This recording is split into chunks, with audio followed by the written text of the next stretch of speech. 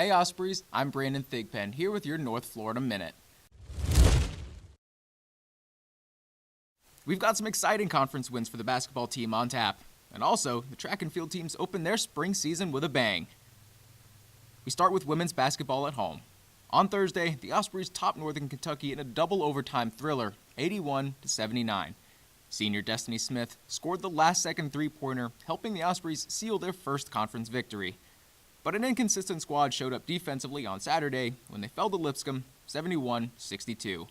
The women's record sits at 10-10 overall and 1-3 in the A-Sun. We just didn't do a very good job at all defensively. Lipscomb's a very good offensive team, and as soon as they see you make a mistake on defense, they abuse you, and we got abused today. We're going to work on defense Monday and Tuesday because I pride ourselves on our defense, and it was absolutely horrendous today.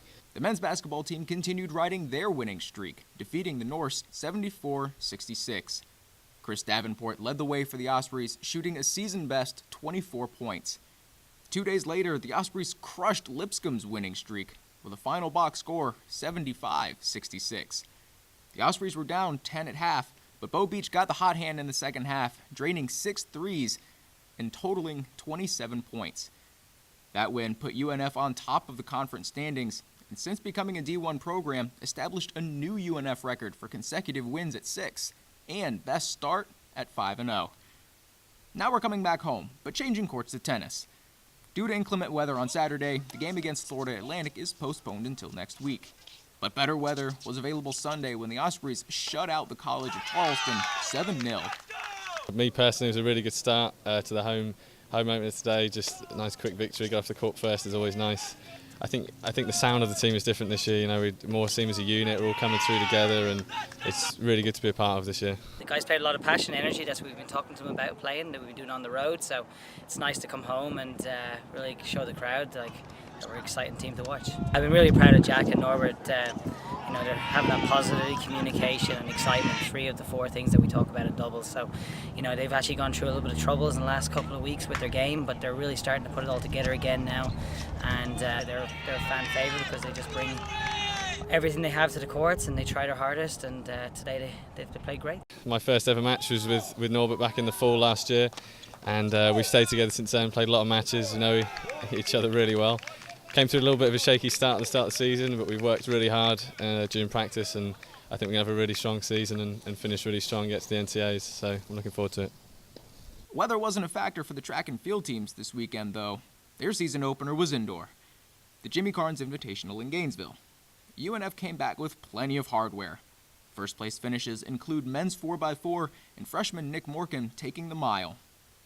UNF also took first in men's and women's 800 meter. In field events, junior Megan Walker took first in the pole vault.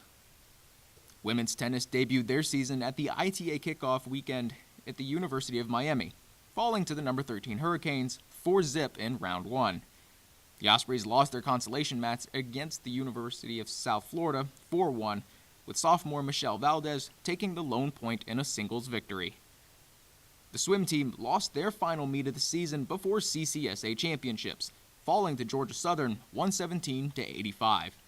Despite the loss, the Ospreys took first and second respectively in the 100 free, 500 free, and 1,000 free. The Ospreys finish in at 2-6 on the season.